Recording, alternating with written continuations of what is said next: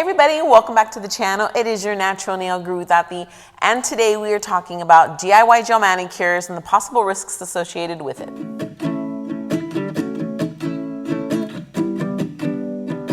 So we have so many people every day that are doing their own gel manicures. I started doing my own gel manicures a long time ago, but every day more and more people are getting to it. So I figured let's get a DIY gel manicure series going. We already went over all of the getting started, everything that you're gonna need. If you haven't watched that video, make sure you watch it. Definitely very helpful. There's definitely a lot more steps to the process, but today's video is gonna specifically talk about risks, concerns, cautions, things that you need to be careful with if you're going to be taking on the challenge of doing your own gel manicures. Before we get into all the juicy details, if you love to be up to date with all the tips that are gonna help improve the health of your natural nails, get you the longest lasting manicures, and get the best and most thorough product reviews related to nails ever, then you are in the right place. Just make sure you hit that subscribe, get your notifications on so you don't miss, and share. Whether you're professional or DIY, the information on this channel will definitely help you. I can promise that. Now, before we get into this, let's make sure that we understand what gel polish is. At the end of the day, we need to understand and accept and own that gel polish is a form of plastic, essentially. It's a lot of chemicals that we're fusing onto our nail plate. Definitely not the healthiest thing. Can you overall maintain great nail health while using products like this on your nails? Absolutely. I've maintained exceptional nail health. My clients all have improved in their nail health and continue to maintain great nail health having gel polish. However, there are reactions that can come from it. There are allergic reactions that can be developed over time of using the product, even if you went years using it with no problem. And for those DIYers using gel polish, there is increased by like 100 times risk of having mild reactions to severe reactions to the gel polish. And that's what I want to talk about today. So when you're getting your nails done with gel polish, you want to make sure that you have a really clean nail plate so the gel lasts on there longer and it really, holds on there. You want to make sure that it's not getting into your cuticle and into your skin because it looks a little bit messy. But there's really a lot more reason why you want to make sure those things are super on point when you are doing a gel polish manicure. You want to make sure that your nails are very nice and clean so that when you're applying your gel, the gel's going exactly where you're placing it. It's not running into your cuticle or getting onto your skin, whether it's the base coat, the color coat, or the top coat. So a really good nail prep is going to minimize or eliminate, really should eliminate that gel getting messy when you're applying it so that you can put it directly on the nail plate, nowhere else. When you have overexposure of the product to the skin, that is what's going to increase your chances of having a bad reaction to it. And if you're doing your own nails at home and doing the cleanup yourself and are having a hard time, or maybe you just aren't experienced with it, it's possible that you're nipping skin that technically is still live skin, even if it's calloused, or you're cutting yourself to the point where you have exposed skin, torn skin, bleeding skin, and still putting the product that's touching all of that skin, which is only gonna make it worse. Now, this could happen a few times for some people, and they won't have any issue.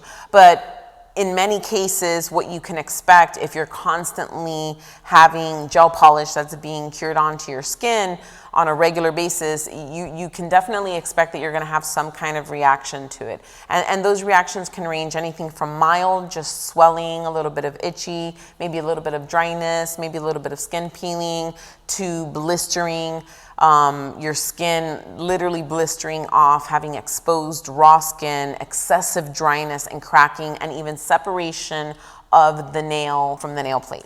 Another concern with doing your own nails at home is that you're not properly curing the gel polish, which would leave the product still a little bit wet. It's not completely dry. So having that constant wet product over your nail plate could also be something that increases your chances of having a not so great reaction from the gel polish. Now, don't be completely discouraged or think that this is the absolute worst thing. A lot of people are successful in doing their own nails and not having any kind of reaction, but you definitely want to make sure that you're keeping an eye for the possibility that it can happen, to make sure that it's helping you take the time that you need to do things the right way, clean your nails the right way, take your time to polish them. I'll have a video coming up that's gonna help you polishing your own nails so it's a little bit easier because it's totally doable. But you definitely just wanna be aware of it. You wanna make sure that you're educated and doing everything that you can do to minimize that from happening. Now, like I said, touched on a little bit earlier in the video, even doing gel polishes for a long time can create an allergic reaction. If you are seeing any of this, it's important to completely remove the product properly. Get it completely off your hands. You want to wash it off, and essentially you want to heal from it. In mild cases, and probably the more common cases, just stopping from using the product and making sure that you're taking care of your nails and your skin is going to eliminate it from happening and possibly prevent it from, not happen again, as long as you're doing it the right way. If you are having excessive dryness or an allergic reaction, you can take an allergy pill. For someone who is having excessive dryness to the point where even after removing the product, taking the allergy pill, the swelling and the itching goes away, you still have dry, cracked cuticle and the dryness on your nail plate, separating the nail and the nail plate, then you want to make sure that you're using something to moisturize.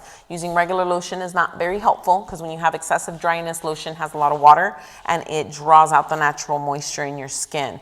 So lotion's helpful a little bit, but for those who have excessive dryness, callousing, cracked skin, regular lotion might just contribute to the problem, not help. You definitely want to make sure that you're using something that is intended for cuticle care, something that has, vitamin E oils, olive oils, any kind of natural oils that, naturally already have the benefit of being able to heal your skin. I'm definitely someone who likes to use more natural products than medicated products, steroid products, or creams. If it's excessive, you'd see a dermatologist and they'll be able to provide a more professional route to help you out depending on how severe it is. But if it is something that's severe, reaching out to someone to get immediate help, especially with exposed skin, is really, really important. I do handmade cuticle oil and cuticle balm that is a repair treatment. It is great for repairing cracked skin, repairing excessive dryness or psoriasis-like nail plate and nail situation. I have clients that have benefited from it. It has helped them and healed them. It's definitely something that I would recommend checking out. It's all active ingredient, no water added, handmade in Miami, and great just for general maintenance and care of your natural nails. So overall, I hope I have not scared you too much, but I hope I definitely